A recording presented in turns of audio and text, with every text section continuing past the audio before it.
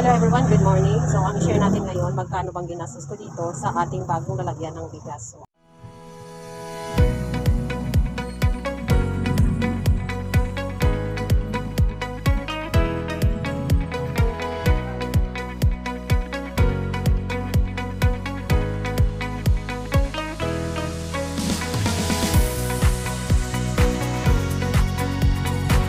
May delivery pala tayo mga kasali ng ulo. Kano yan? Palig ko bukas. 400. Kasi pag mga kasali yung nag-deliver sa akin, kahit ang hali-hali ay sa labas. Talagang bibenta ko ako ng isang sako. Ganito, pieces yung mga kasali. Yung doon ay 10 piso, 10 pesos. 40 times 10 is 400. And binibenta ko yung mga kasari ng 12 pesos. So, meron tayong 2 piso. So, yun mga kasari, dahil tayo dito sa ating tindahan, meron tayong pabigasan business. Ngayon, medyo luma na po ang ating lalagyan, kaya nagpapagawa po tayo ng panibago. As you can see, ayan siya. Ayan. So, dati-rati ay hindi yun mahaba. Kung kayo po ay nakasunod sa aking video before, na lagi kong piniflex ang aking bigasan business, ito na po ang ating panibagong lalagyan.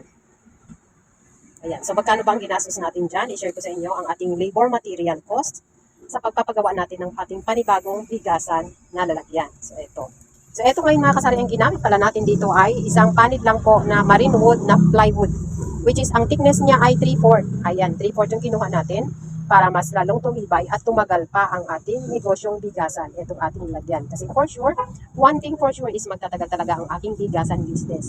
Dahil matagal na ako dito, almost 8 years na tayo nagbebenta ng bigas at nagre-resign na yung una nating lagyan. So, naggumawa tayo ng panibago at ito, mas pinaganda na natin, mas lalo nating pinaganda at pinalakihan ng kanyang bungad, ang kanyang bibig, para mas easy tayong takal. Ayan, magkuha ng bigas. So, ito, meron tayong 3 compartment, 3 butas dito. At itong butas na ito ay maganda, tamang-tama lang ang laki. Tamang-tama lang, magandang space, magandang espasyo, malaking espasyo, maganda magtakal ng bigas. At sa makatwid mga kasari, 1 day na ngayon, hapon ito, so first day niya ngayon. At napapansin kong mabenta ang aking bigas dahil nakitang-kita na sa labas. Dahil as you notice, nandito po tayo sa may kalsada at busy po ang ating streets. Kapag ang iyong tindahan ay nasa busy streets, saan yung mas maraming tao at kung ang inyong tindahan naman ay kitang-kita sa labas. So, bagaganan silang bumili at lalo na meron tayong pabigasan business. So, eto mga kasari, meron tayong 3 klase. No? Ayan, meron tayong 3 klaseng bigas dyan. So, balik tayo sa ating labor. Itong labor na to ay isang araw at kalahati niya ginawa. No? Kasi nga, pinakinis pa niya talaga. Pinakinis niya and pinagawaan ko rin sa kanya ng signage, marker, tag price, ano bang tawag niya dyan? Ayan, pinagawaan ko niyan para talagang sulit, no? Hindi na siya magigiba. Kahit ilang taon pa ito ay talagang long lasting na ito. Durable na mga kasari.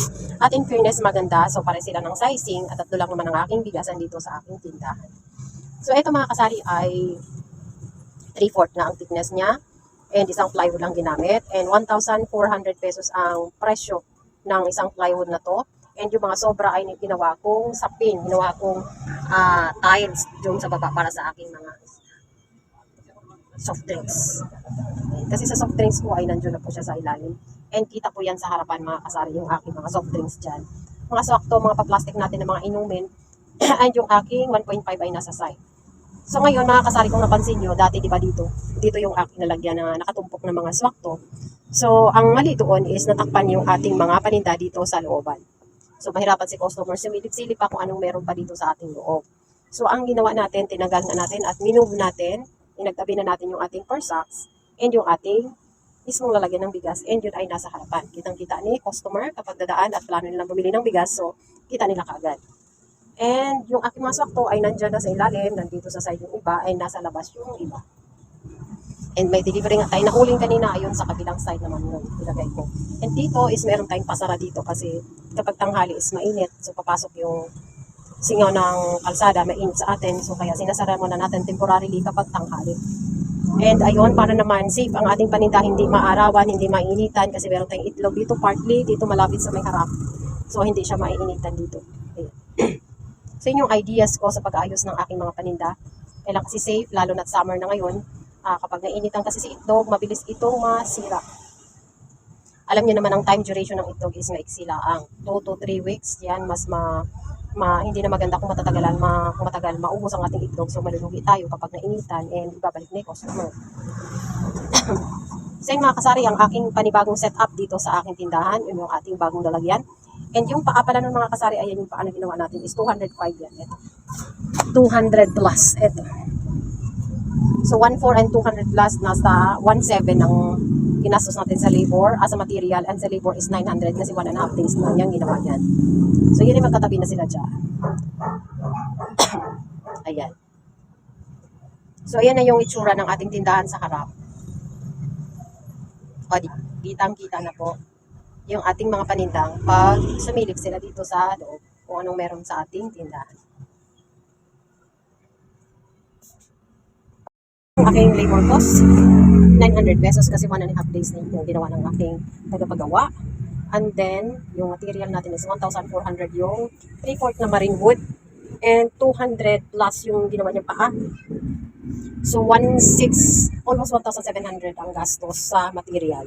900 naman sa labor. So, yun yung aking ginastos dito sa aking tindahan sa pagpapagawa ng ating magandang lalagyan ng bigas. Ay. So, kita na lahat ang ating mga paninda dito sa loob ng ating tinda. So, yun lang guys, ang aking share ngayong araw ng Huwebes pa ngayon. Friday na to. So, today is Thursday. Ayun, so yun yung aking mga bagong lalagyan. As yun, mga kasari, kita na kaya. Ayun. Kita-kita. Kahit nakasarado ako, ganyan. Bumibili pa rin si customer. Kasi kita pa rin kami dito sa loob. Ayun. Thank you so much guys for watching. Yun po aking share ngayong araw. Maraming salamat po sa inyo lahat. And see you all on my next videos. Bye!